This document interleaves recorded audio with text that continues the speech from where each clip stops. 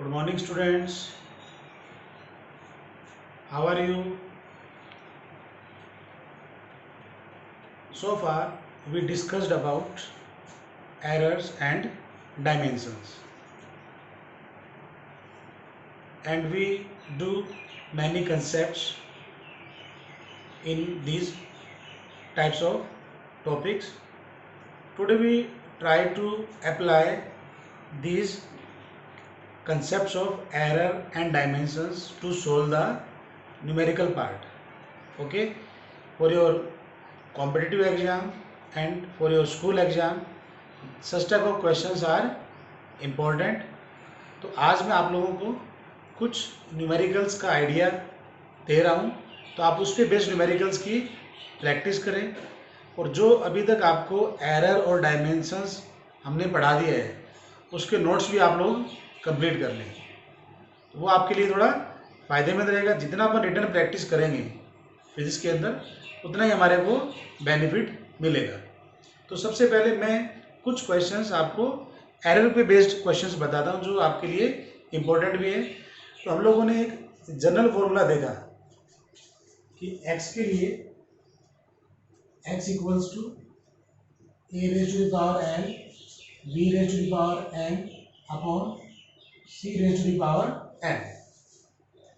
अगर यहाँ पे हमारे को रिलेटिव एरर निकालना है तो we use the formula delta x upon x equals to plus minus L delta A upon A plus M delta B upon B plus M delta C upon C. तो that is the formula we use. Okay, already अपन इसको derive कर चुके हैं। Applications of जो अपनी types of error था, जिसमें आपने पढ़ा था एब्सोल्यूट एरर के बारे में, रिलेटिव एरर के बारे में, परसेंटेज एरर के बारे में। Then we discuss the error propagation of error, तो वहाँ पे अपन इसके बारे में बात कर चुके हैं। ये एक जनरल फॉर्मूला मैंने लिया, तो I can write delta X upon X equals to plus minus L delta A upon A plus M delta B upon B plus N delta C upon C. Now we do a simple question based on this concept.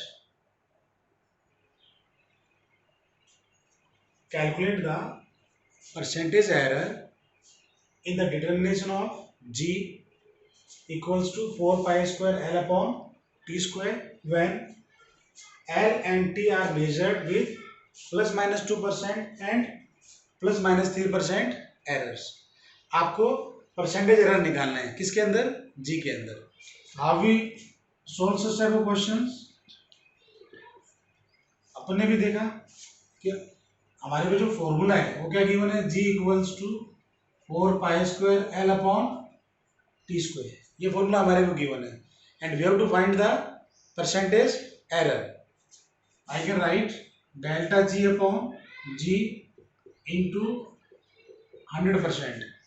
अभी जो formula मैंने लिखा था उसी को मैं use कर रहा हूँ, equals to plus minus delta L upon L plus 2 delta T upon T into 100%, because we are finding percentage error. Okay, I can write delta g upon g into 100% equals to plus minus, and what is the delta l upon l? L में कितना measurement दे रखे हैं? Plus minus 2%. I can write here 2 plus minus plus 2 into what is delta T upon T 3 into 3 into 100।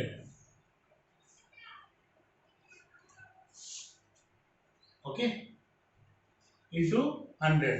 I can write delta G upon G equals to plus minus 2 plus 6%। 100 को मैंने किसी show कर दिया percentage से, तो I can write plus minus 8%। तो what is the percentage error in measurement of G? Plus minus 8%। Clear to everybody?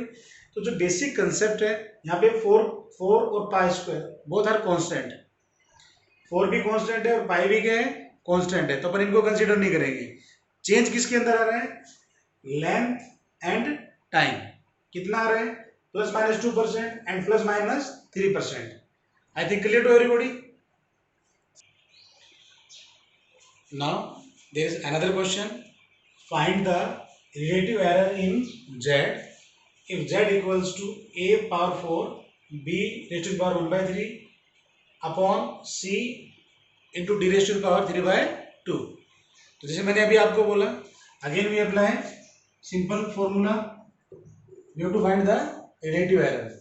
I can write delta z upon z equals to plus minus 4 delta a upon a plus 1/3 delta b upon b plus delta c upon c plus 3/2 delta d upon again that is this. Okay, now we do another question based on this particular type of question. Okay,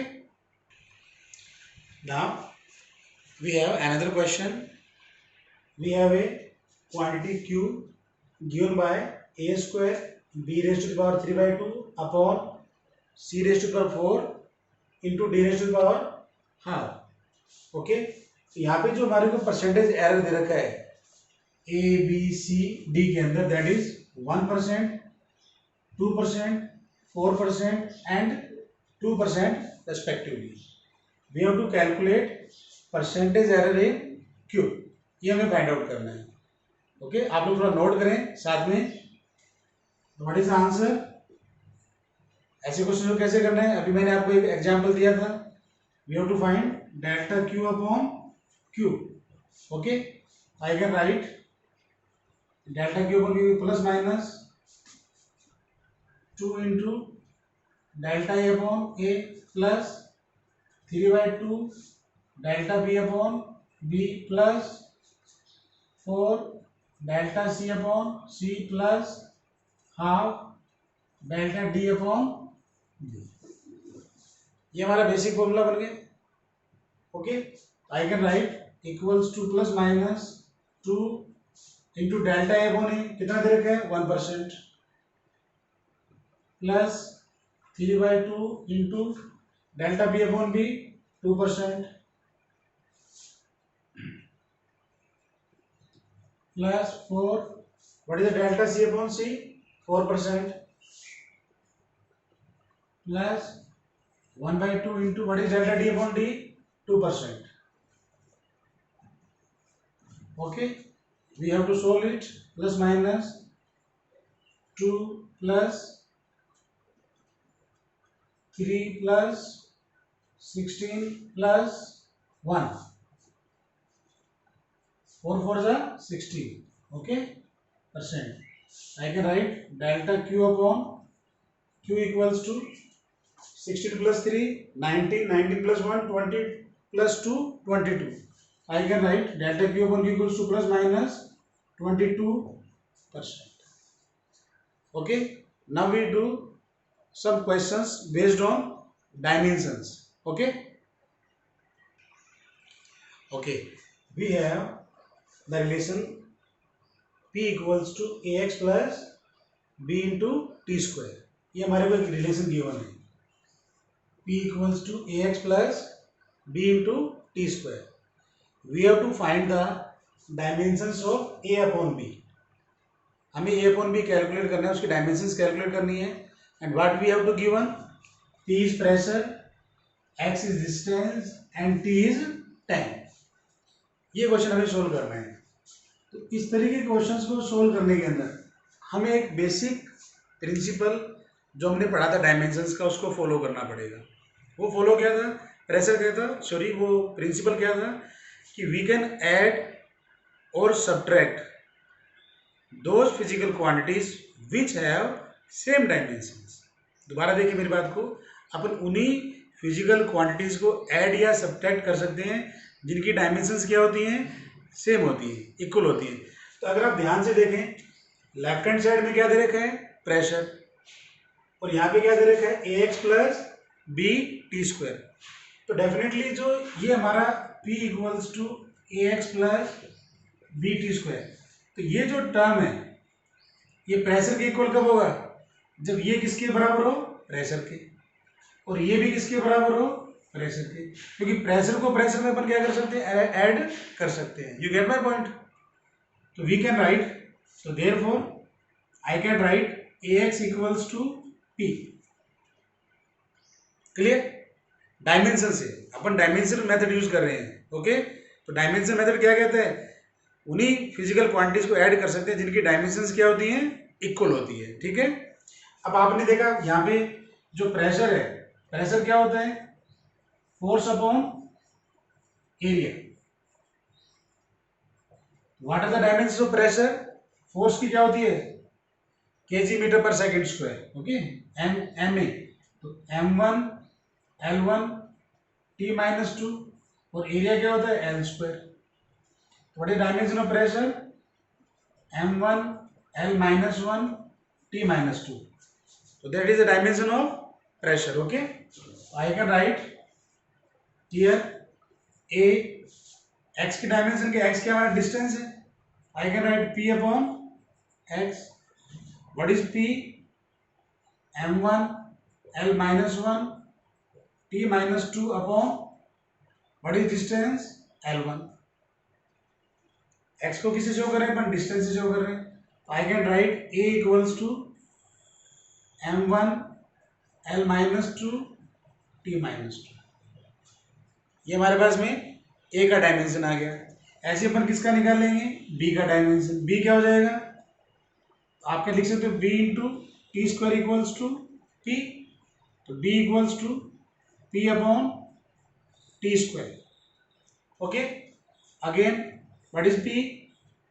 m1 L minus one T minus two upon T square. T square का मतलब okay, तो I can write, क्योंकि time को अपन किसे show करते हैं? T से शो करते हैं। तो टी का यहाँ पे टी को क्या शो कर रहा है? टाइम शो कर रहे हैं, तो T square. I can write m1 L minus one, ये पावर ऊपर जाएगी तो पावर -4, तो टी -4। ओके, तो that is the b। We have to find a upon b। Okay, तो what is a? m1 L minus 2 T minus 2 upon what is B? m1 L minus 1 T minus 4, that is B. We have to solve it. A upon B equals to m0 L minus 1 और T square.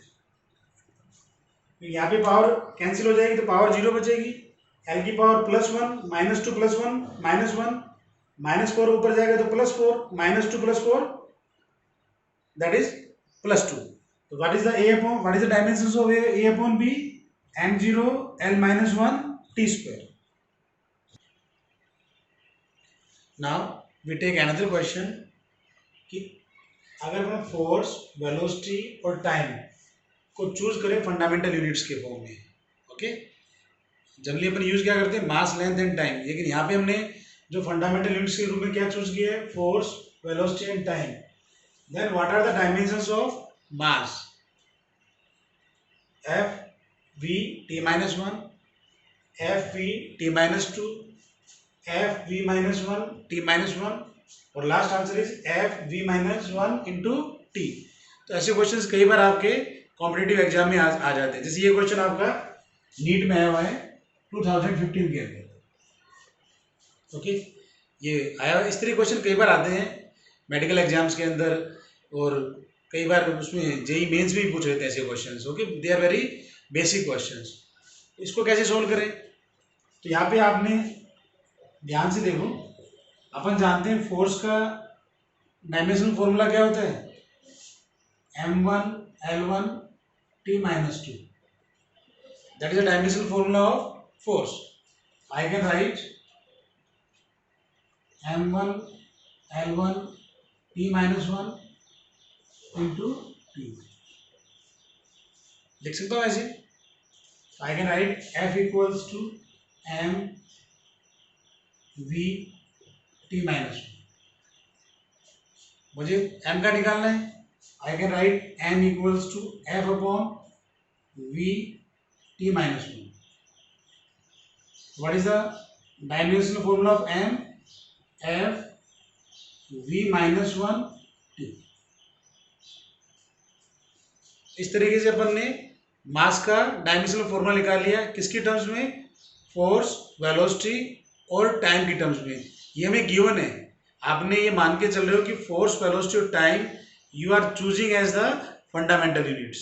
तो इस तरह के questions की भी practice आपको करनी है। अब अपन एक और क्वेश्चन करते हैं। Now again we have a simple question. We have to given force equals to alpha upon density plus beta cube. Okay, we have to find the dimensions of alpha and beta. तो again the same concept हमें apply करना है।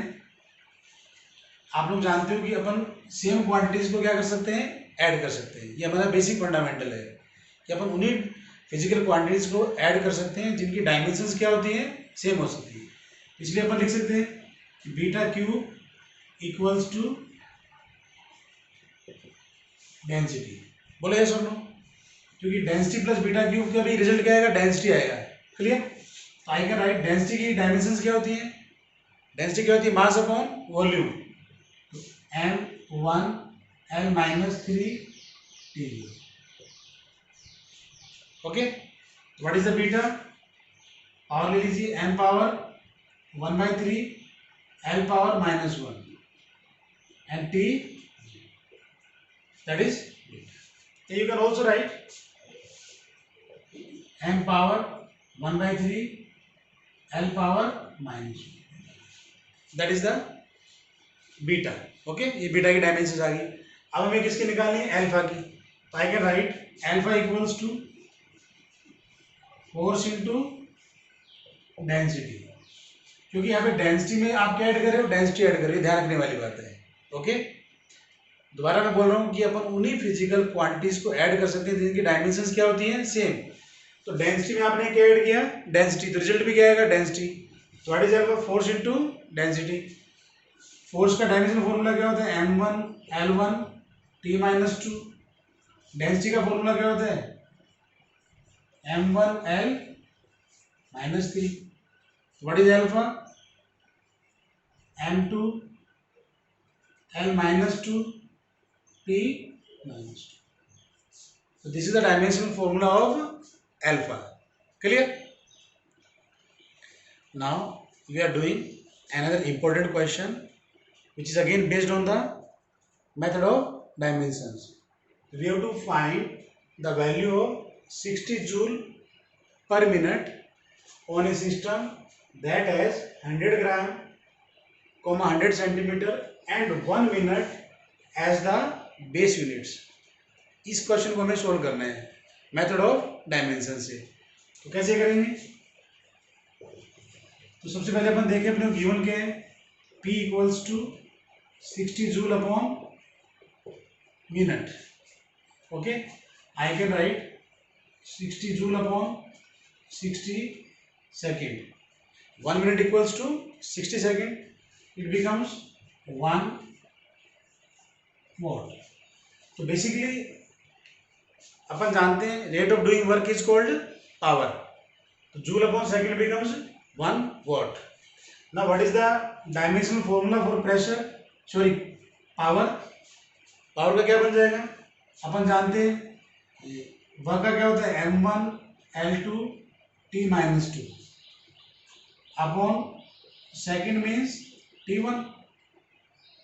It becomes m1 l2 t minus 3। That is the dimensional formula for power। अगर अपन basic compare करें, यहाँ पे a equals to 1, b equals to 2 and c equals to -3। Okay, एक हमारे उधर है वन सिस्टम, दूसरा another सिस्टम। तो जो वन सिस्टम है तो हमारा ऐसा ही हमें पता है, सिस्टम ऑफ इंटरनेशनल है।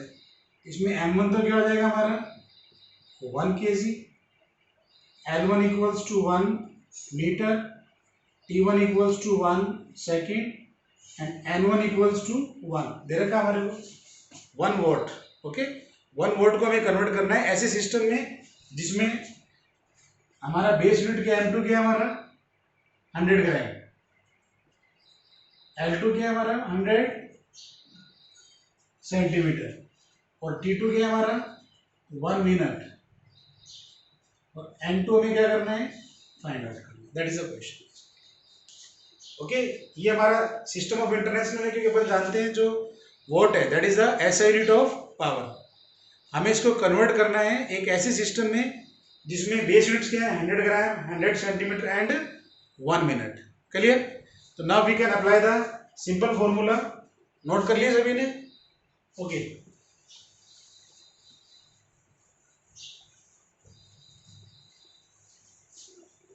we apply the simple formula N2 equals to N1 M1 upon M to the power A, L1 upon L to the power B, T1 upon T to the power C।